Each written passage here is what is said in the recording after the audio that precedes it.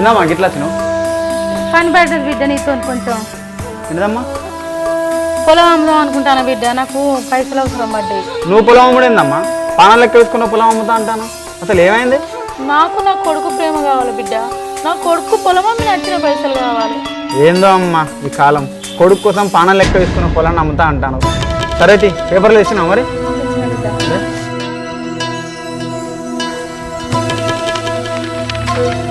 ఉండు పైసలు వస్తుంది.